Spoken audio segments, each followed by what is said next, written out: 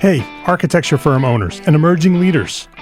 Get ready for unparalleled insight into the development of a world-class architecture firm and a worldwide organization driving the digital transformation of the design and construction industry. With Build Smart, the podcast that's changing how our profession operates. We share the incredible stories behind innovation in the building industry with my friend and co-host, Patrick McLeamy, FAIA, former CEO of the international architecture firm, HOK. You know, Yamasaki's office or firm lasted during his lifetime. And when he passed away, I think that was the end of the Yamasaki office. Helmut did not want that. He wanted a firm that would live out and grow beyond the founders. In Season 1, discover the untold stories behind HOK's meteoric rise, from 150 employees in St. Louis to a powerhouse with over 1,900 staff members and 27 offices worldwide. You know, they weren't as polite as the Kojima people. That was just boom. And anytime you have a creditor, whether it's Kojima or the bank, that wants their money, unless you can raise money someplace else, you are out of business. Bankrupt. And hold on tight for Season 2, where Patrick takes us on a new adventure as chairman of Building Smart International, shaping the future of digital transformation in the design, construction, and operation of built assets. Ian Howell, Ken Harold, and I, Ken was my technical representative from HOK. The three of us took a tour of Europe of 5 cities in 5 days. Very busy time. Simply follow the link in the show notes to subscribe to Build Smart now and uncover lessons that will transform you and your architecture firm.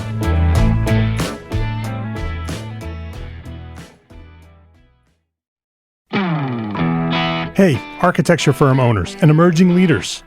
Get ready for unparalleled insight into the development of a world-class architecture firm and a worldwide organization driving the digital transformation of the design and construction industry.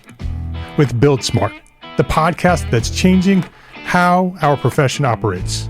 We share the incredible stories behind innovation in the building industry with my friend and co-host, Patrick McLeamy, FAIA, former CEO of the international architecture firm, HOK. You know, Yamasaki's office or firm lasted during his lifetime. And when he passed away, I think that was the end of the Yamasaki office. Helmut did not want that. He wanted a firm that would live out and grow beyond the founders. In Season 1, discover the untold stories behind HOK's meteoric rise, from 150 employees in St. Louis to a powerhouse with over 1,900 staff members and 27 offices worldwide. You know, they weren't as polite as the Kojima people. That was just boom. And anytime you have a creditor, whether it's Kojima or the bank, that wants their money, unless you can raise money someplace else, you are out of business. Bankrupt. And hold on tight for Season 2, where Patrick takes us on a new adventure as chairman of Building Smart International, shaping the future of digital transformation in the design, construction, and operation of built assets. Ian Howell, Ken Harold, and I, Ken was my technical representative from HOK. The three of us took a tour of Europe of 5 cities in 5 days. Very busy time. Simply follow the link in the show notes to subscribe to Build Smart now and uncover lessons that will transform you and your architecture firm.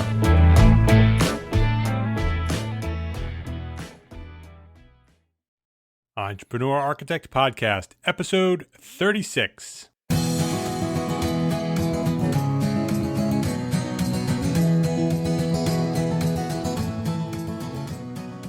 Welcome back to the Entrepreneur Architect Podcast.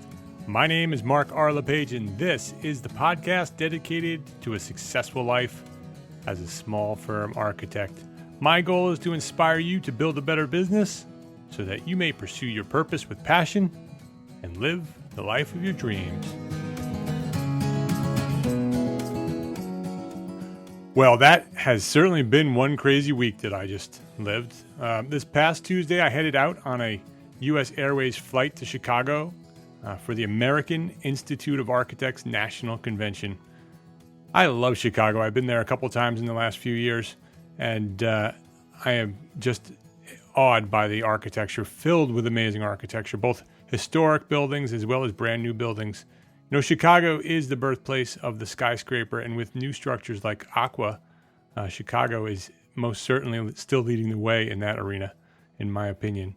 I was invited by my friend Matt Ostanek. He's the president of the Charette Venture Group and the founder of the Architecture Business Plan competition. He invited me to Chicago to serve as a jurist for the business plan competition, which was held on Wednesday and Thursday. Well, it was held this past year, but the actual presentations by the finalists, as well as the announcement of who the winner was at a reception, that was on Wednesday and Thursday. And so I got a chance to stay at the Hotel Burnham, which is where the finalists from the competition presented their final plans, as well as where the winners were announced. The Hotel Burnham is located in the former Reliance building. It's a structure which every architect reads about in our history books. So when you get to see it, you sort of remember that building and say, oh, that looks familiar. And then you walk in and you realize what it was and where it was. It was designed by Daniel Burnham of Burnham and Root. Remember that name, guys? And Charles B. Atwood, two superstars of the turn of the century who designed skyscrapers. And the Reliance building was one of the early skyscrapers and was the first building of that height to have large plate glass windows, which sort of foreshadowed the glass skins of many of our skyscrapers today. It was fascinating to see how the building was restored, and it was essentially rescued from demolition and adaptively reused as the luxury hotel that it is today. And it was done beautifully, I think. As an architect, it was fun to kind of snoop around and look at all the original details that still remain. The iron work and the terrazzo floors and the mosaic tiles are all still there and restored to new condition. It's really, really exciting to take a look at it. You can see photos of the building at the hotel's website, burnhamhotel.com. I returned home on Saturday evening, as I promised my family I would, to attend the wooden boat show in Mystic Seaport with my wife and my kids. My middle one, Henry, is fascinated by boats. He built his own wooden boat, an 11'6" poor boy skiff, which he's very quick to tell you, 11'6". He was 7 years old when he built that boat, and it was published in Wooden Boat magazine. So we're lucky enough to be invited every year to attend the show, and one of the magazine editors takes some time out to spend the day with us. She's fantastic. Her name is Robin Jettinghoff, and we've become friends. So every year we head up to Mystic Seaport and spend the day with Robin. So that was really exciting. So I came home sort of a day early. The convention ended on Saturday, but many things continued on to Sunday.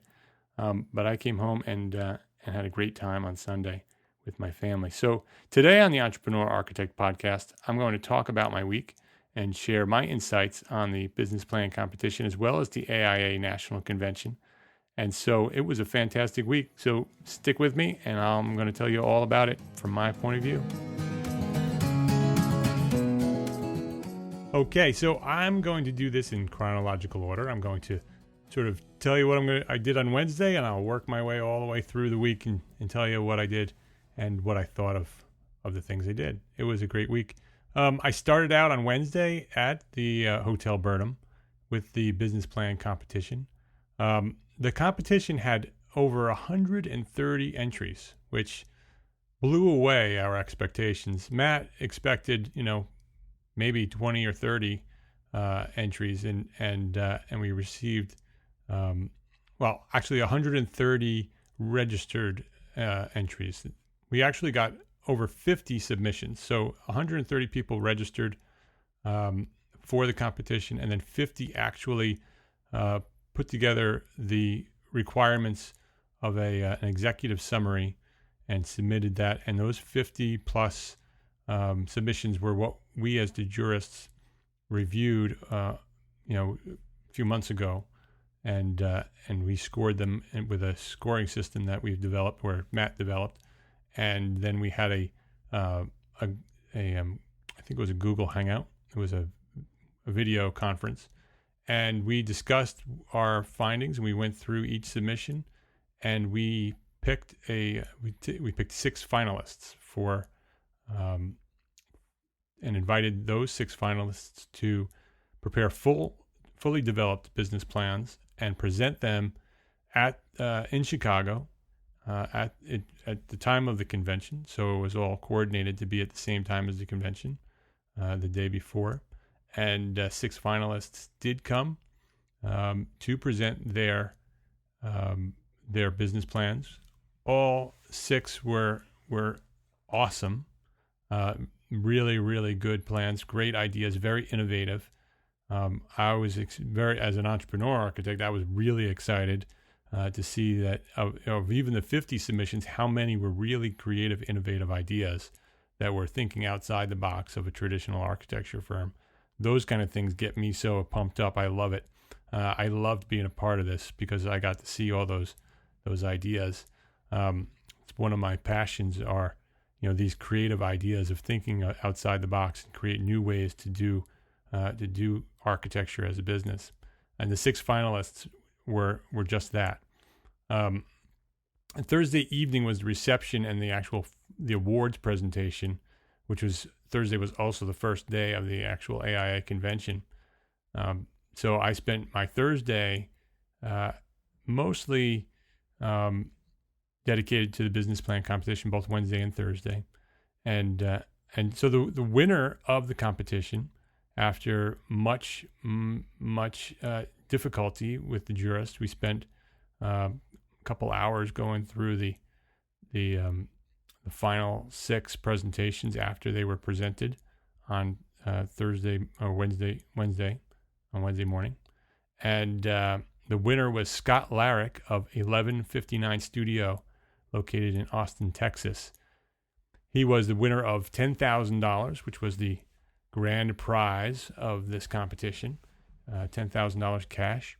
And Scott's mission with 1159 is to meet Austin's skyrocketing demand for affordable housing by specializing in the design and construction of prefabricated sustainable homes, small ones between 500 and 850 square feet, which I loved. I loved that these were tiny little buildings that were really easy to build and could be placed, very simply.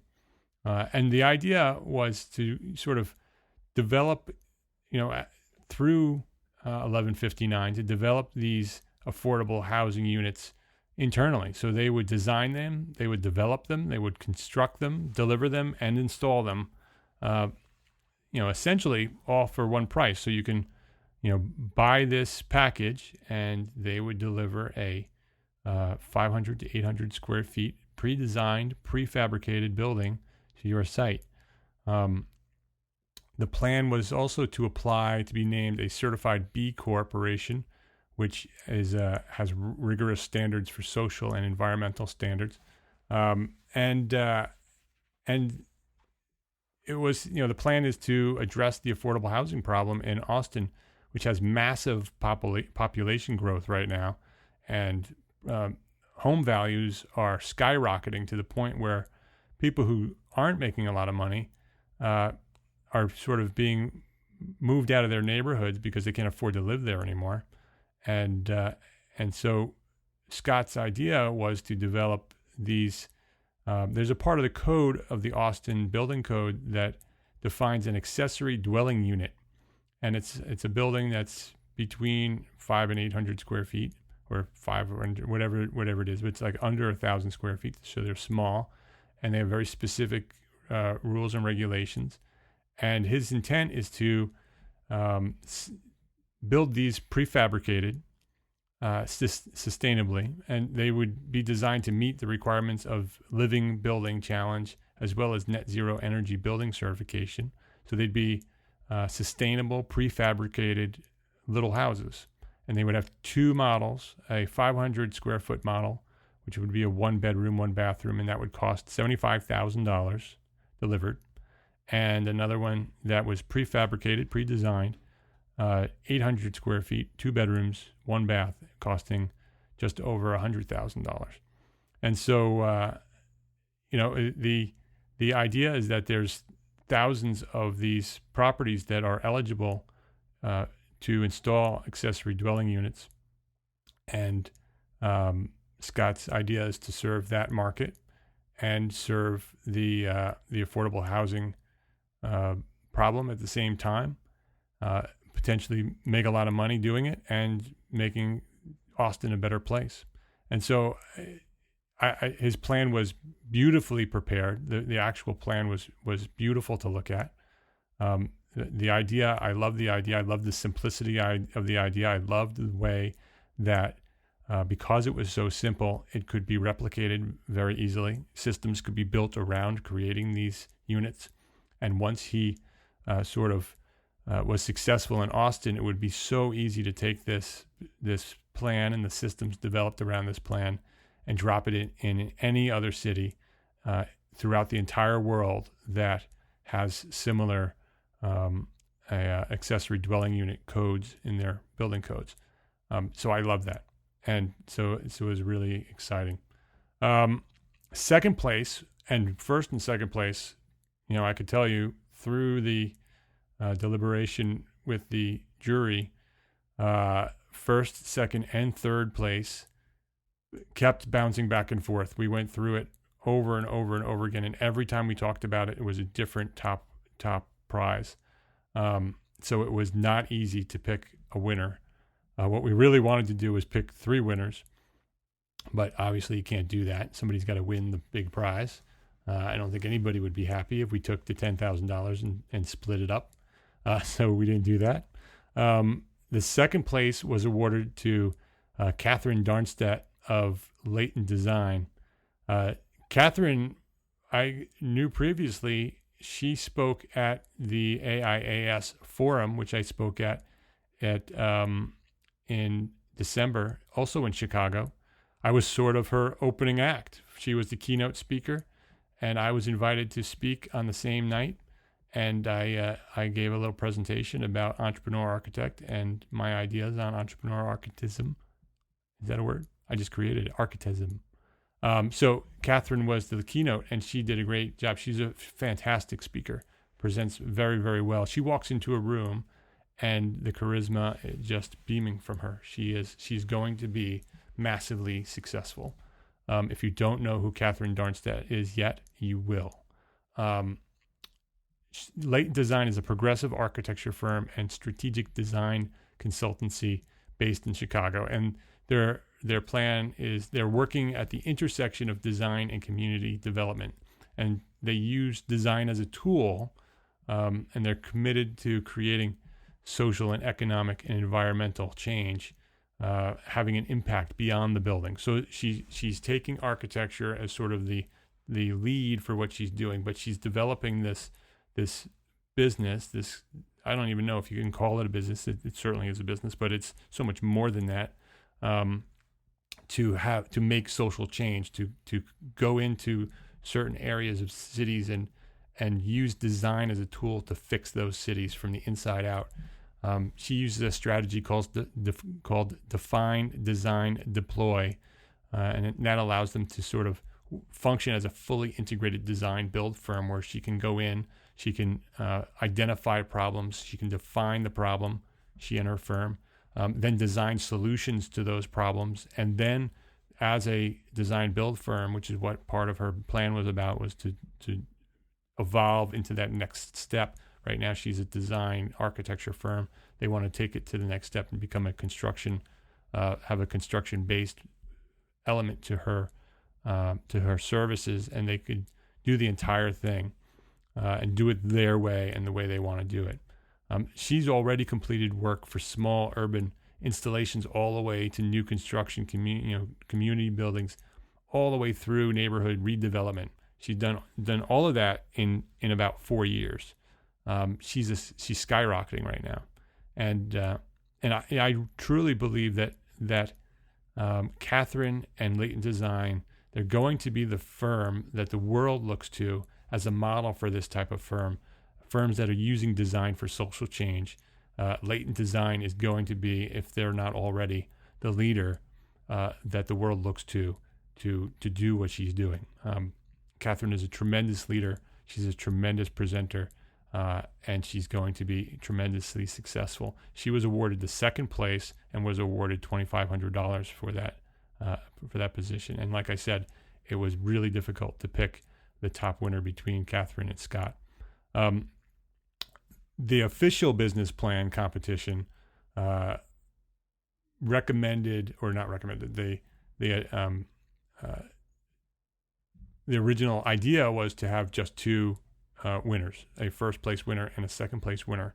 And through the jury and through reviewing all of the plans, like I said, all six were amazing. But we actually decided to create a third, an honorable mention category, and Matt added an additional $1,000 prize to recognize Seth Anderson for his extremely well-developed business plan for his firm, Ascent Architecture. Their firm is focused on the architecture of healthcare, and his plan was a model for what successful business plans look like.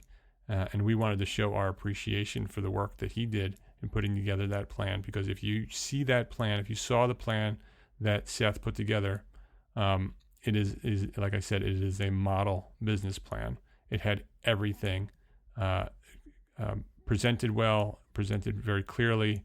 All his numbers were there. It was a beautifully presented plan, and so he won an honorable mention and was awarded $1,000. So that was the 2004 architecture business plan competition, and I've already been told that there will be a 2015 business plan competition. And so this was very, very successful for not only Matt and the competition, but the 50 plus submissions. All of them benefited from this. This was all something that, even if they were not a finalist, putting together a business plan is something that every architect who owns their own business should be doing. And having a competition like this, encouraging and inspiring architects to think about their businesses as businesses and to create plans around them, this is a service that is just wonderful. So 2015, it will happen again. I have not been given the details, but Matt has asked me to sit on the jury again for 2015, and I've accepted to do that. I look forward to being involved in this competition as long as Matt wants me to, because I really am excited about what's happening through this competition. So watch Matt's website. It's called architectbusinessplancompetition.com. I'm sure eventually details for the 2015 plan will go up. We did some sort of post-competition conversation and talked about what could be improved by this, what was great about it, and what could be improved. And 2015, the plan will only go to the next level. It's going to be even better. So watch for that. So that was Wednesday and Thursday. And so let's talk about Friday. I was scheduled on Friday, so Friday and Saturday for me was dedicated to the convention. I fulfilled my obligations to Matt and the architecture business plan competition on Wednesday and Thursday. And Friday and Saturday, my plan was to head over to the convention center and absorb as much of that excitement as I could. And for Friday was a crazy busy day for me. I was scheduled to present 3 presentations in separate areas of the convention, all between 9 a.m. and 12 p.m. or 12 a.m. 12 noon, 9 a.m. to 12 noon. And so I needed to be in 3 different places very quickly, one after another. And so Thursday, I actually spent the later day on Thursday mapping out my route and confirming that I could actually travel from one location to the other.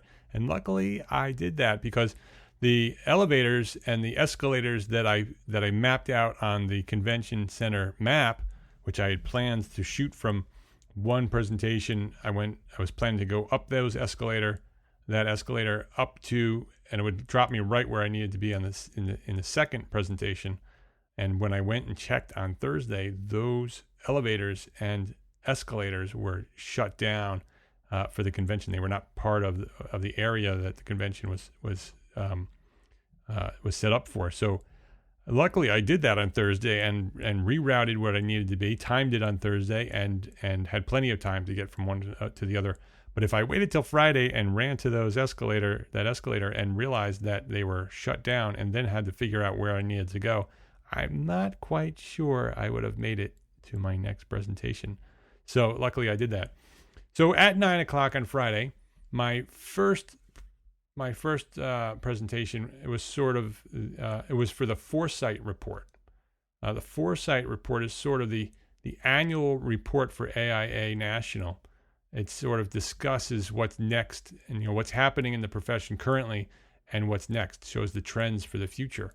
And I was interviewed for that report, and my intent when I was interviewed for that was to express the concerns and celebrate the small firm architect, sort of be the architect's representative.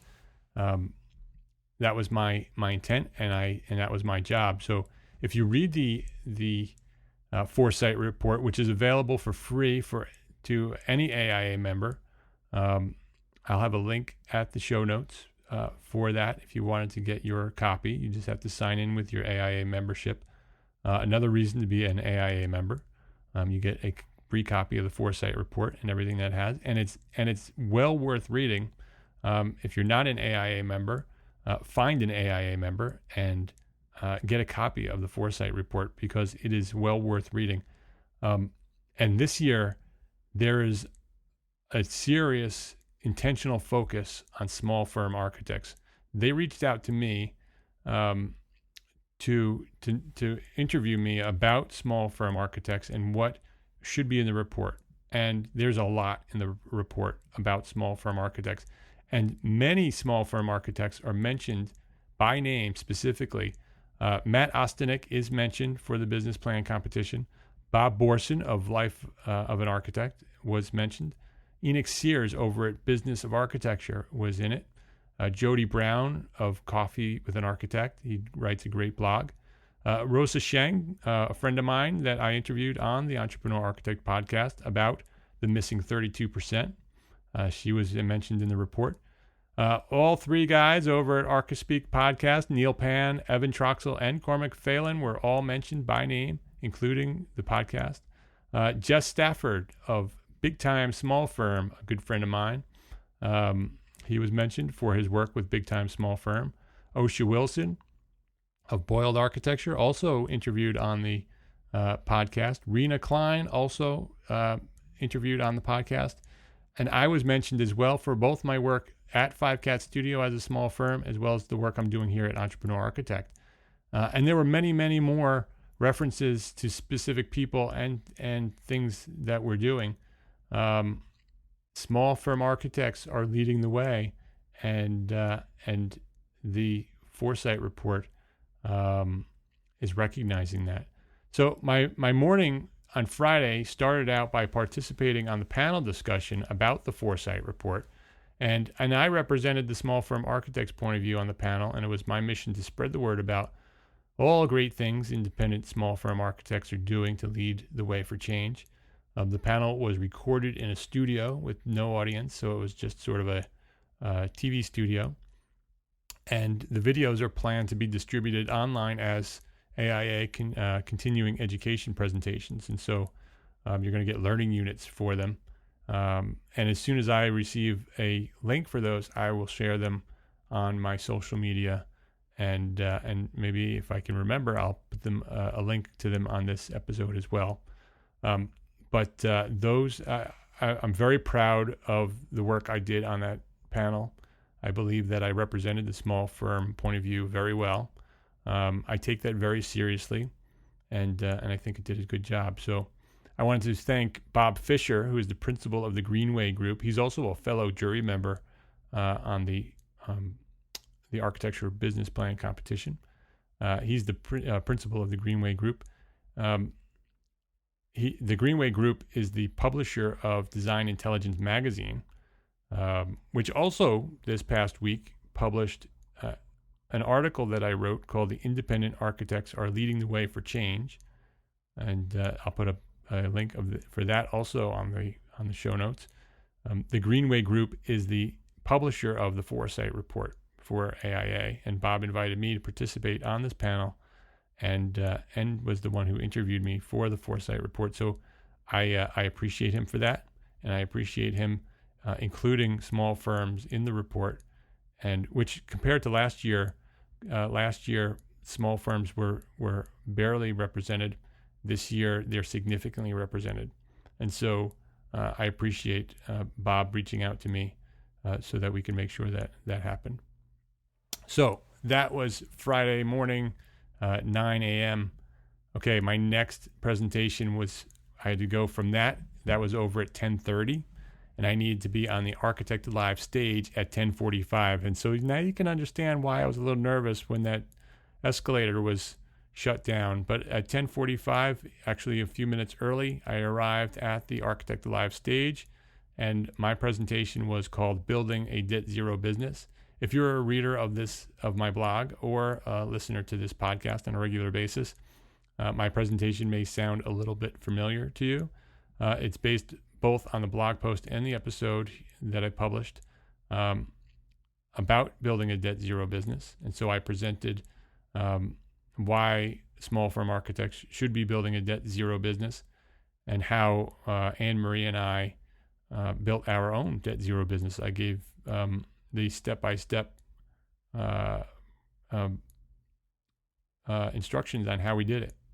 And so the actual podcast for building a debt zero business can be found at entrearchitect.com/episode 36 if you want to listen to that episode of the podcast, which that presentation was based on.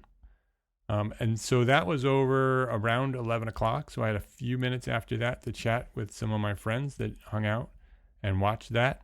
And met a few new friends who had some questions. And so I had that opportunity. And then at 12 noon, I needed to go on the complete opposite end of the expo floor over to the what AIA calls the town hall. It's a place where sort of a gathering place for anybody, but I think it's intentionally designed for emerging architects to sort of network. It's done very well. The town hall concept started in Denver last year. It was very, very successful last year, and I believe it was successful again this year. They have a tweet up every year where all the architects on Twitter come together at town hall. I was not able to attend that because I had a session, which I'll talk about in a few minutes. So I missed that tweet up, unfortunately, because I really enjoyed that last year. I get to meet a lot of people up, face to face that I communicate with on Twitter. If you want to chat with me on Twitter, I'm on Twitter most all day, in and out while I'm working. You can follow me at EntreArchitect, and it's well worth your time because it's not just me. It's a whole bunch of architects all over the country, actually all over the world, who have become friends, and we all sort of hang out and talk on Twitter and ask questions and support one another. It's a really great thing. So you small firm architects, get your Twitter app loaded on your iPhones and come join us. So what I did over at Town Hall is I presented a session on business planning for small firm architects, and I presented it was called the Simple Business Plan for Small Firm Architects, and I presented my original 2006 business plan for my firm, which you may remember I presented in this podcast, episode 24. I did the same thing. I sort of I didn't present the business plan word for word like I did in the episode. You can actually listen to that episode, and I went through my business plan from 2006 word for word and presented how I did it and why I did it. And so at the session, I sort of highlighted the sections and talked about why each section was important and why I put it in, and talked a little bit about how it evolved into the business plan that I have today. But you know what? Something that I was a little bit disappointed in myself about with the business plan session was that I forgot to ask for questions and answer, Q&A, at the end. So I was a little disappointed that I didn't do that, because I would have loved to answer any questions anyone had about the business plan or about anything else that I'm doing at Entrepreneur Architect. So if anybody who was attending, or if you weren't attending and you have a question, I'd love you to go to this episode's show notes, entrearchitect.com/episode 36, and leave a comment there and ask me a question, and I would love to answer it about business planning or anything else that you might have questions about. And you could do that on any episode, any blog. Would love for you to comment and leave me a question, and do that. You can also, if you want to send me a private question, you can also go to the blog, and up on the top there's a contact button, and you can send me an email through the blog. So that was Friday, and so Saturday. Oh, well, actually, no. So that was Friday. Yes, that was Friday. I have my timeline a little bit mixed up here. So after the sessions that I did, I took a breather, had some lunch, and then I took 2 seminars, which were very, very well done. The first one was the definitive guide to hanging out. The definitive guide to hanging your shingle out for residential practice. Is very good. I like taking seminars like that because I present what I know here at Entrepreneur Architect, and I love the business of architecture, and I really like to go to presentations and listen to other architects talk about similar things that I talk about, so I could understand where they're coming from and learn from them, so I could take what I learned from them and present it to you. And James Walbridge of Tecton Architecture was the presenter for that. He's a member of the Custom Residential Architects Network, also known as CRAN, and he did a great job. I believe that James is the future chairman of CRAN. I think this coming up year he's becoming chairman of that committee, and so that's going to be excellent. His presentation was very, very well done. You could download his complete presentation at his website that he developed just for this presentation. It's called hangyourshingleout.com, and you can download his whole presentation. It was very well done.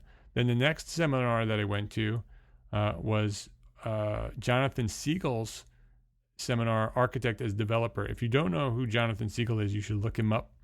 He is an architect from San Diego who has built a business around multi-unit housing development. And he designs it and builds it and owns it and keeps it and gets rent from it and is making a lot of money doing it, receiving many awards for the quality and the level of the design of these buildings, building them himself, owning them and collecting rent, and really as a model for what architects who are interested in doing this, architects who are interested in developing their own projects and making money doing it, Jonathan is who you should be looking toward. In his seminar, he presented his story, his journey to become an architect developer. It was so inspiring, very, very entertaining, shared lots of strategies and specifics on numbers. He gives actually an all-day seminar. I don't know when it's available. It's been done in the past. I don't know if he has any dates coming up where he goes through step by step how he does what he does. It's very, very detailed. But even in this presentation, which was an hour long, very, very well done, very specific, and had a great Q&A session at the end where people asked him questions and he answered them. You can learn more about Jonathan and Architect as a developer at his website, architectasdeveloper.com. He has an online version of his seminar available as well for purchase, where he gives you all of his paperwork, all his pro formas, everything that it takes to do what he does, he presents in his online seminar. So that was excellent. If you're interested in doing that, and I'm actually going to pursue that as well and look into that, because that is something that Anne Marie and I have planned for our future as 5Cat develops. So that was Friday. Friday night, I think, may be my favorite time of the entire convention. Friday night, I organized a dinner at Lou Malnati's, which is a restaurant in Chicago that serves deep dish Chicago pizza. It was awesome pizza. Had a great time there. And I invited a bunch of my friends that, if you are online, you may recognize some of these names. Bob Borson was there, Andrew Hawkins, Laura Teagarden, Chris Garrity, Jess Stafford, Jeff Eccles, Marika McKeel, Tyler Baldwin, and Taylor Schwab are two of my friends from AIAS. They live in Chicago. They were the ones that actually picked Lou Malnati's for me. They're good friends of mine. Enoch Sears was there. Eric Bobrow was there. And Amanda Eden, who's a friend of Bob and is now a friend of all of ours. She was there as well. And actually, Marika brought a friend as well that she met at the big AIA party, and she invited him. I don't remember his name, so I'm very sorry that I don't remember your name. But he was there as well, and we had a great time. Awesome pizza, fantastic conversation. These are true friends. These are people that I met online, through Twitter, through blogging, and have become true friends. And I appreciate their support. They've supported me with Entrepreneur Architect. All of these people did, which is why I invited them to come hang out with us. And it was a great night. And also the guys from the ArchiSpeak podcast, we coordinated a call in while we were hanging out eating our deep dish pizza. They called in, recorded a live episode of the ArchiSpeak podcast, which I'll also have a link over at the show notes. It was awesome. That just came out this past Sunday, where they interviewed a bunch of us. We passed the phone around while we were eating our pizza, and we had lots of fun. And it was real time feedback from the convention. It's definitely worth a listen to that ArchiSpeak episode, because not only was it fun that we were sort of all eating dinner and talking and chatting about architecture and fun things that friends do, but we also all gave our insight about the convention, and I think it was pretty valuable information that we talked about. So that was Friday. I ended up Friday, it was very, very, very late by the time I got home. So Saturday morning, my 8 o'clock seminar wasn't going to happen. I slept in and missed my 8 o'clock seminar on Saturday. But my mission on Saturday was to support AIA and hit the expo, make sure I walked every aisle, and I checked out, the few vendors who were attending, who were offering residential product. There's a few there. I'd say if there's anything that AIA needs to focus on in Atlanta and future conventions, it is the expo for residential architects. There's just not enough there to attract residential architects to the expo. And I think that mostly has to do with the fact that many residential architects don't show up. And so we need to show up. If we show up, the AIA will recognize that, and they will invite more vendors. The vendors will recognize that there's a value for being there for us. And so I think it's important for us to show up, and I believe that the expo will start being more residential architect friendly. So that was Saturday, and Saturday was basically the last day of the official convention. And I did go to to the closing keynote. I missed all of the other keynotes because of the work I was doing elsewhere, but I really wanted to attend the closing event, and it was well worth it. It started out by presenting the 25-year award to Harry Weiss for the Washington, D.C. Metro. Harry Weiss passed away in 1998, but the Washington, D.C. Metro was awarded the 25-year award, and I believe it was Harry's brother and Harry's son were there to receive the award, which was really, really great. So that was exciting. And then the newly elected executives for the leadership, the executive committee for the new AIA leadership were presented, including Russell Davidson. Russell Davidson is a friend of mine and a mentor. I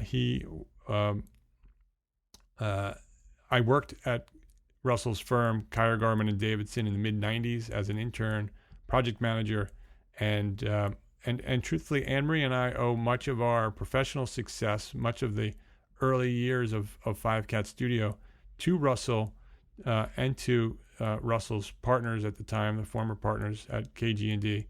And so I'm so proud of Russell for working his way up the ranks in AIA and becoming the 2016 president of AIA National. He is going to make a big difference in that organization, and I really look forward to be a big supporter of Russell and what he does with AIA National. So he was there on stage as the 2015 first vice president and the 2016 president-elect, as well as the other members of the newly elected committee. Then after that was the gold medal, and this was really special.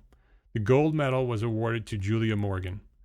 She was the first woman architect to receive that prize, and Julia Morgan has passed away. She was a contemporary of Frank Lloyd Wright. She practiced in the 40s and 50s, and she died in 1957.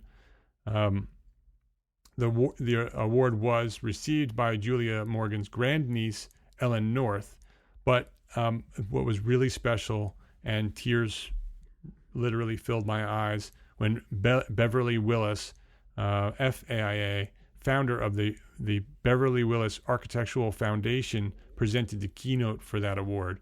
And she started her practice the year after Julia Morgan died, and she spoke of the trials and the triumph of women in architecture with such emotion, and spoke with such honor and respect for the profession.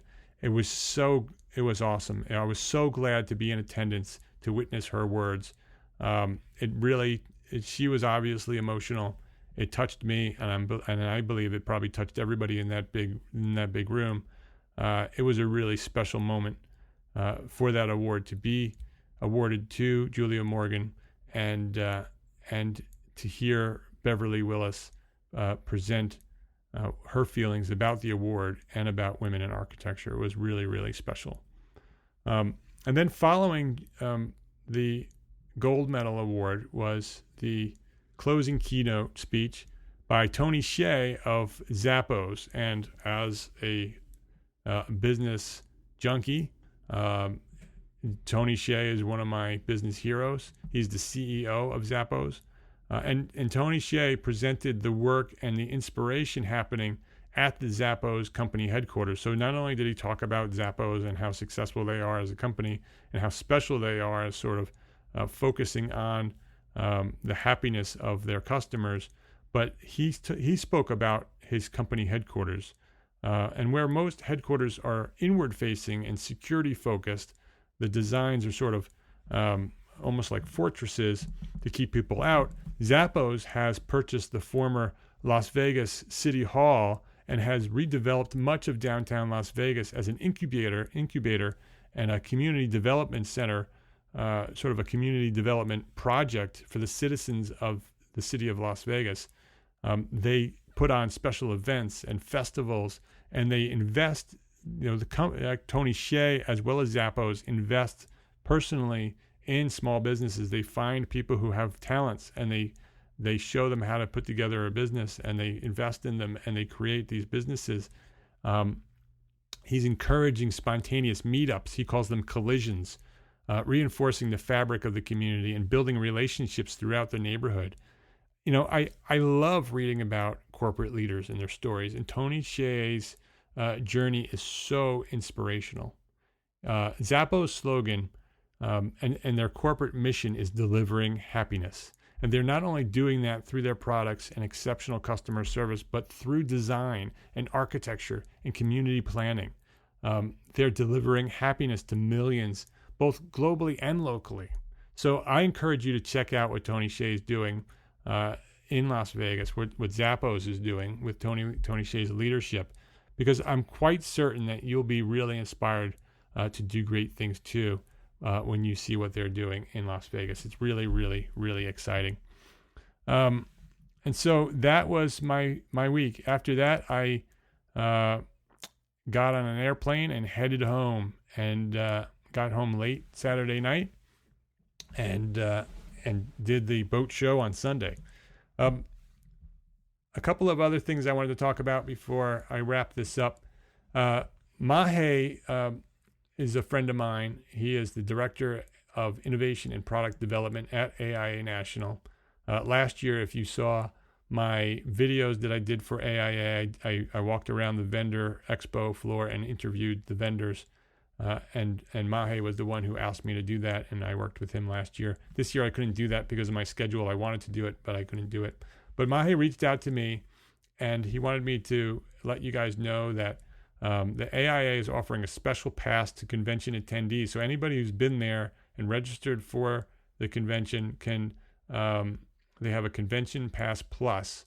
It's $99. It's an on-demand access to 10 seminars, and it offers up to 12 and a half learning units. So if you are looking for learning units, you can get $99. You can get 12 and a half learning units, and their videos, I believe they're videos from the convention. So basically live recordings of the seminars that were presented at AIA convention. That's available until August 2nd, 2014. And you can purchase a pass for that by emailing conventionlive@aia.org. So if you're interested in that, conventionlive@aia.org. And you can learn more about Convention Live at aia.bob.tv. aia.bob, like Bob, .tv. And also he wanted to let me know that I believe it was the second day's keynote panel. It was called the Resiliency Panel. It was a very popular panel discussion about architecture and how it can be used to fight climate change and new ways that sustainable buildings are serving their communities. That keynote presentation, which is also offering one learning unit, is available for free at aia.bob.tv. So you can go to aia.bob.tv and you can get a free one learning unit and see that panel discussion, which I missed because I was doing something else. But there was buzzing throughout the convention about that keynote. So I highly recommend that you check that out. So 2015 AIA convention is in Atlanta. And the dates are a little bit earlier in the spring, May 14th through May 16th. So it'll be a little bit cooler than if it was held in late June in Atlanta. I think May 14th through 16th was a good idea. So put that on your calendar. Some reasons for small firm architects to attend AIA convention in 2015. The tours of architecture and urban development are exceptional. The tours and I didn't get a chance to go on the tours. Bob Borson was telling me that when he goes to conventions, his focus is going on tours. He doesn't do a lot of sessions. He goes on tours and sees the architecture of the city. And I think that's such a great idea. So Atlanta will have some great tours of the architecture of Atlanta and the urban development happening in Atlanta. And then there's also seminars, and they're not just specifically for architects, but there are many seminars that are specifically developed for small firm architects. And every year there's more and more. And so that's a great reason to go to AIA convention in 2015. And the expo, hopefully, if AIA hears me and small firm architects hear me, hopefully the expo will be filled with vendors offering products for residential and small commercial projects. One of my favorite reasons and one of the biggest reasons I go to AIA convention is the networking, to meet old friends that I've known for years and to meet new friends.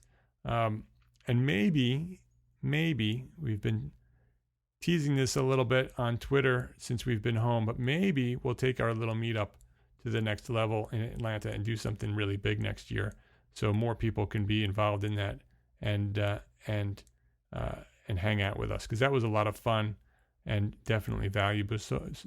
So stay tuned for that information. I'm sure that'll happen later in the year when we get closer to the event. We'll figure out what we're going to do and how we're going to do it. But another reason to go to convention, to go to any of these kind of big events, is to get out of the office and experience new things. So when you get out, you sort of, it's inspirational and the creative juices start flowing, and it just makes you feel good about architecture. So I think that's a good reason to get out and go to the convention. And really here's my biggest reason why you as a small firm architect should attend AIA convention in 2015. Because if we don't stand up and take the lead in this profession, we're going to be ignored. We've been ignored for years, and now is the time to stand up and be noticed. You need to share your knowledge and your expertise. AIA right now is accepting proposals for educational seminars right now. It started July 1st. It ends August 15th. So you got a little bit of a month and a half to put together a proposal for an educational seminar. You think you might not be qualified for that, but I think you are. I think you know something that other people can learn from you. Go out there and share your knowledge. Put together a proposal and submit it to the AIA and be there presenting. Not just be there to absorb it and to consume it, but be there to share what you know. You know a lot, and share your knowledge, because the more you share, the more we're all going to benefit from it. And if you show up, you're going to be heard. And if you want change, if you want change in the profession and you want change in the AIA, we need to become an influential force. We're becoming an influential force. We're beginning to get noticed. And I'll be there doing what I can to continue spreading the word, spreading the mission of Entrepreneur Architect and advocating for the small firm architect. But I can't do it alone. I need your help. I need you to be there and do what you do. I want you to follow examples presented by people like Rosa Shang of The Missing 32%, of Bob Borson of Life of an Architect, Jess Stafford of Big Time Small Firm, Enoch Sears of Business of Architecture, and the guys at ArchiSpeak podcast. Use them as an example. Share what you know. Create a platform to connect and support your fellow architects. Do whatever you are inspired to do and go do it. And I'm going to see you in Atlanta in 2015. I'll be there, and I hope you are too. And I thank you very much for listening to the Entrepreneur Architect podcast and all the support that you've shown toward our mission. Please spread the word. Share a link to this episode. Leave a review at iTunes. You can go to entrearchitect.com/iTunes and you can leave a review there. That helps other architects find the podcast. Tell the friend, turn around and tell the friend that's sitting to you right there in the next workstation, working on CAD over there. See him over there? The guy over there, or the lady working on the CAD station next to you. Go tap him on the shoulder and say, hey, Entrepreneur Architect, entrearchitect.com. You got to check it out. Do whatever you can to help this thing grow, and the entire profession is going to be better for it. My name is Mark R. LePage, and I am the founder of Entrepreneur Architect. And I thank you very much for listening.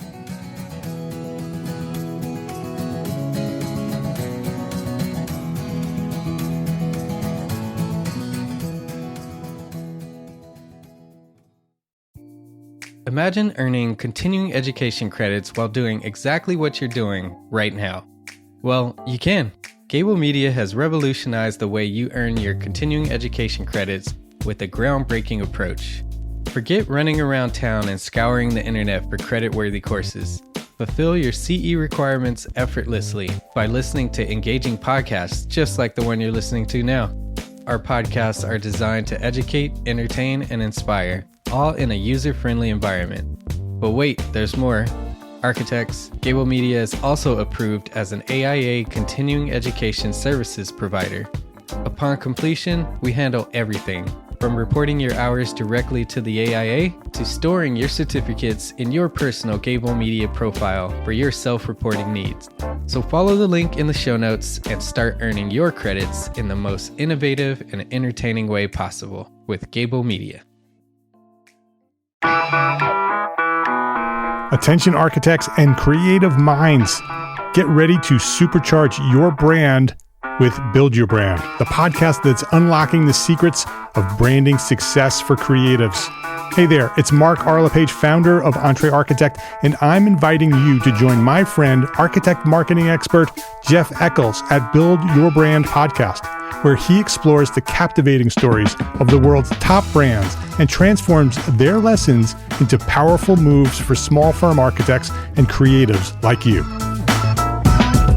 In Season 1, Jeff shares the thrilling tale of Southwest Airlines, where he dissects their journey to the summit and distills it into strategies tailor-made for you. It's important to keep in mind that companies like Southwest compete in the real world, just like you, and face real-world challenges, just like you. You might be surprised at how similar those challenges are to the struggles that you grapple with on a day-to-day basis. Don't miss out on your blueprint for success. Subscribe, tune in, and let's build your brand together.